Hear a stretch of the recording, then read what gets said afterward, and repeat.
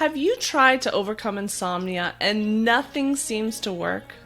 You are not alone. That is because we make one big mistake that prevents us from ever overcoming insomnia. Now in this video, you're going to learn how to stop making this one big mistake and start moving towards more peaceful nights and more sleep. So stick around.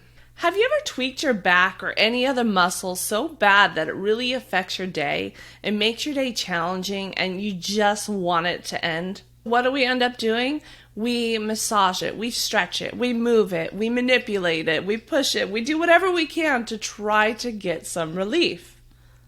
Then what happens? Your back pain becomes even worse.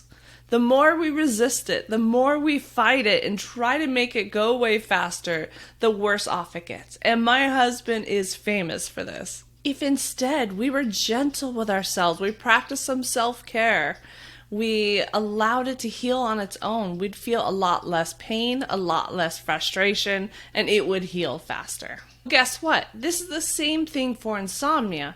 The more we fear it, try to control it, make it go away, and we resist it, the longer it's going to last. If instead we were gentle with ourselves, practice some extra self-care, allow our sleep to come back on its own, we'd feel a lot less stress and frustration, and we would recover a lot faster. Our sleep system is not broken when we have insomnia. I know it seems like it. If you go all the way back to the beginning of when you had insomnia, when it first began, it started from some kind of sleep disruption, whether that be from stress, something traumatic happened in your life, hormone changes, medication side effects. There are thousands of things that can cause disrupted sleep. And if it lasted more than a few days, then you likely started to fear bedtime and you started to try to escape it, try to take pills or supplements or whatever you can to try to bring your sleep back. Guess what? This fear of being awake at night and trying to escape sleeplessness is sending signals to your brain that there's danger out there. Your brain doesn't know the difference between a physical threat or a perceived threat. It doesn't understand that there isn't a grizzly bear running at you. All it knows is that you're fearing something, which is being awake at night, and trying to escape it.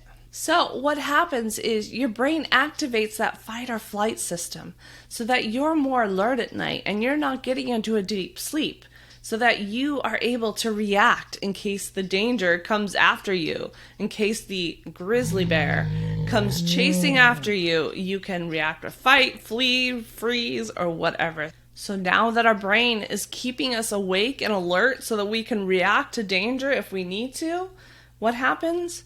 We fear sleeplessness even more, and we try to escape it even more, keeping us stuck. All because of this resistance.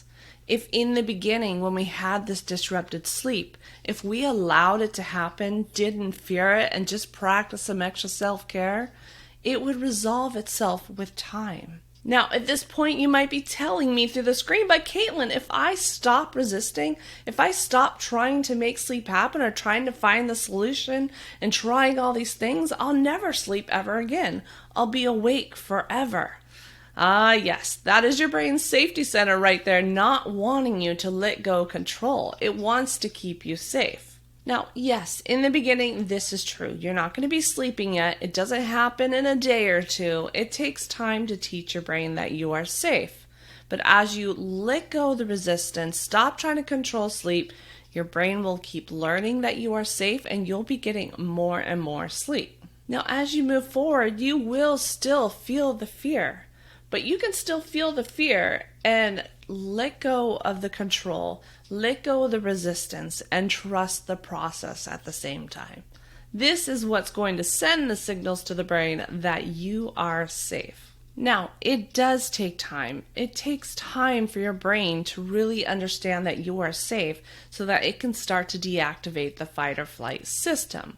But the good news with this is if you aren't resisting and fighting being awake, you're just relaxing at night. You're not being exhausted the next day from the emotional fatigue, from all the frustration from things not working.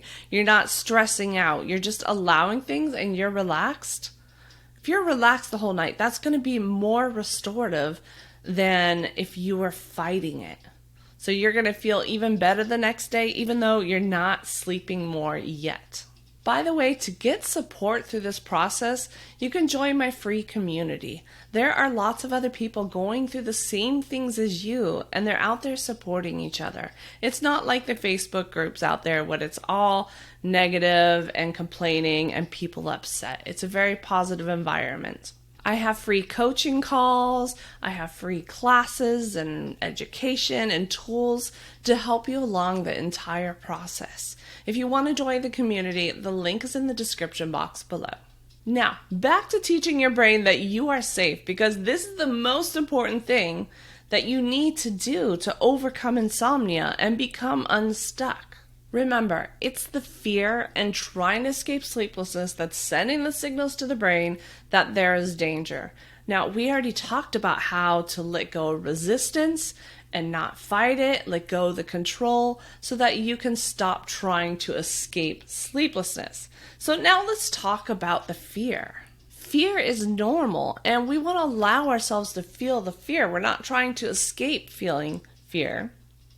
But there are ways that you can start to reduce the fear with time, because we do want to bring the fear down so that we aren't sending that signal to the brain that we are in danger. One of my favorite ways to do this is to write out all your fears, all your worries, why you're scared to be awake at night, why you have to sleep more, and reframe them. Because that whole list is all your fear right there. If you can start to reduce these fears, you're going to make a lot of progress. Now, I'm not talking about toxic positivity where you go from something like, I fear I won't be able to get through the day, I'm going to get fired and all these horrible things are going to happen, to everything is going to be perfect and beautiful and have the energy and sunshine and rainbows and everything just goes perfectly. Not at all. What you do instead is you start to reframe those fears and worries and doubts and everything to something a little bit more positive that you can actually believe. You have to believe it for it to work. For example, if you're thinking, okay, you're writing down in your journal, I worry about how I'm going to get through the day. I'm worried I won't have enough energy and all these different things. Then you can reframe it to, I have gotten through 100% of the days before. I have made it through and I can make it through again. If I need to, I can practice some extra self-care. I can take some extra breaks. I can rest when I can. My favorite was always to go take a little walk in the middle of the day in the sunshine, around nature when I could, give me a little extra mini boost.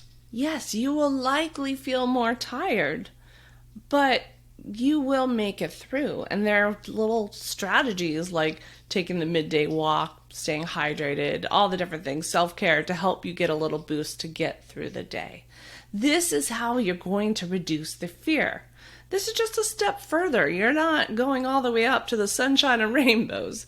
That is toxic positivity. Just keep doing this with every single fear and worry. Write them out and reframe it. Every single day, whenever you have a fear-based thought, you can do it. It takes consistency, and it doesn't work. And just one time I reframed it. Why am I still scared of that? Just keep doing it. Keep reframing. Keep allowing yourself to feel the fear. Now, if one of your fears is about the health risks of not sleeping, then you definitely need to watch the video that's going to pop up on the screen, not sure which side, because I discuss this. And guess what? I have lots of good news for you in this video.